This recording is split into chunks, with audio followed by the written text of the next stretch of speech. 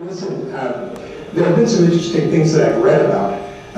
One of them is the team reading contest that you won, I might add. Tell us about that. Well, I have to correct you there. I'd like to say that I won. Kevin Frahm, but it's kind of a long story, but Kevin Frahm, we had a readathon, I think it was in the paper if you didn't read about it, and it started back last spring, and Kevin Frahm, who is a very intelligent person and likes to read books and is very, delves into literature every once in a while, like myself, it started out in conversation in the locker room after practice, and I saw Kevin reading over by the locker room. I'm like, hey, what's up, Kev? What are you reading there? And, he's reading some book or something, a book obviously. I forget what the title was, but when we started talking, I was like, you happen to read. I like to read too. He's like, yeah, I know you do, but I really like to read. Like, I can't tell me that he reads more than me. And I'm like, I like to read too, and. So the argument kind of escalated a little bit, and like, there's only one way to solve that, and that's a readathon. So during the summer, we kept track. Each of us read a certain amount of books and stuff, and we kept track. And Kevin read 29 books or something. I read 28. And it was fun because I would have been doing that anyway, and Kevin would have also. So, and it's just, around Valley Football Center, everything turns into a competition, whether it's playing cards in the locker room, out on the practice field, or reading books, everything is a competition. So, for those of you who don't know this, Kevin Frahm is the guy who started the season by screaming, "Let the dogs out," when they're progressing passers. So, good competition there. It's an interesting character. He was that. Your construction engineering degree. You were also a part of 15 OSU students who went to Guatemala and built homes. Tell us a little bit about that. That was kind of a last minute thing. I was sitting in class one day prior to class checking my email, and I saw this little advertisement for an opportunity to go to Guatemala, and I didn't have any spring break plans, and so I just kind of hopped on it and decided why not. I made sure Coach that I was back before we started practice. That was the #1 priority, but. It was definitely one of the most life-changing experiences I've had in a while, my whole life actually. And, a lot of people do stuff like that, and I'm not going to say I'm the only one that's ever traveled and helped people out, because that's definitely not the case. But, as a student athlete, you really live, as Coach Riley says, in a vacuum. And when he says that, and when I say that, I mean you're very focused on the things that are in front of you, without distractions. You're very focused on what's in front of you, and for us as student athletes, at football and school and family.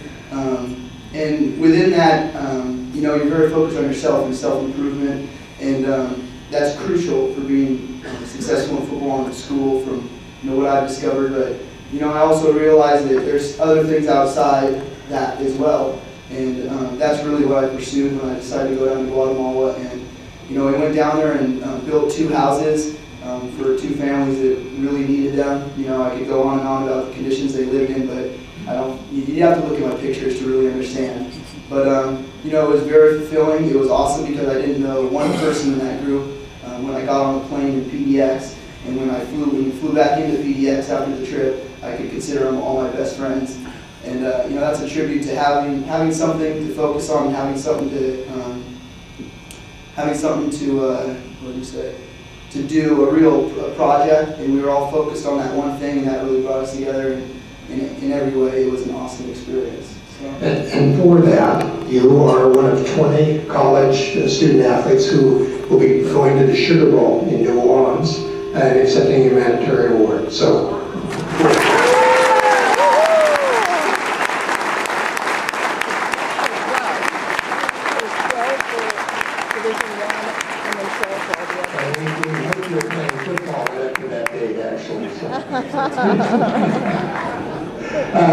Let's see, one of the things that I really enjoy is these weekly articles you're writing for the Oregonian.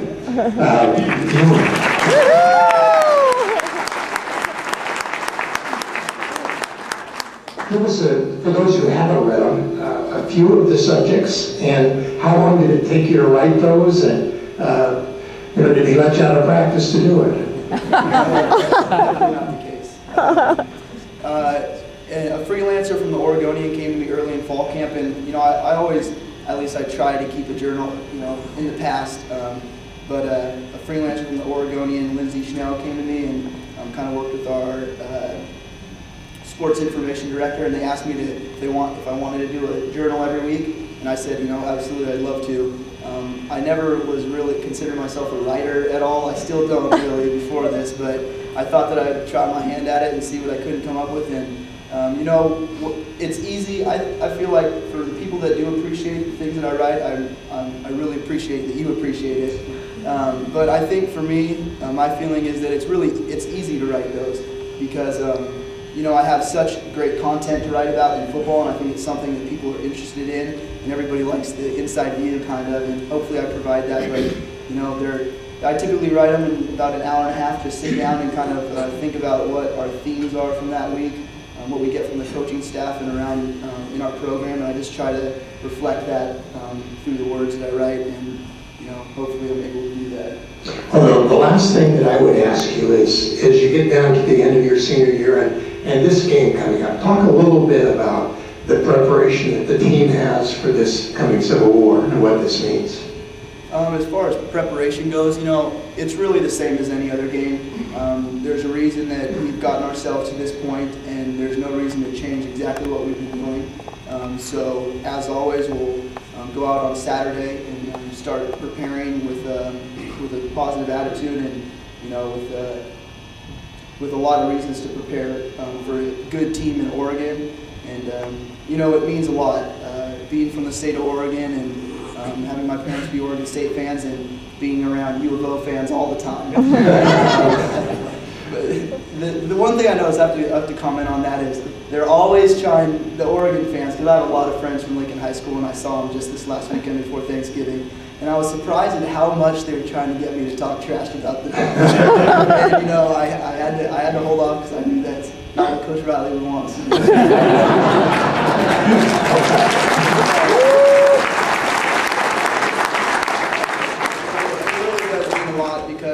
And it's fun because the state of Oregon is so involved. You drive up the street to my house and there's Oregon State banners and U of O banners, and it's fun to be a part of the thing that people are cheering for. It's really exciting, and it makes you want to work hard and do whatever it takes to get a victory. You've had a wonderful career at Oregon State, and thanks for coming up and sharing with us, and sharing your family with us, and sharing the great 5 great years at Oregon State. Thank you all. Thank you.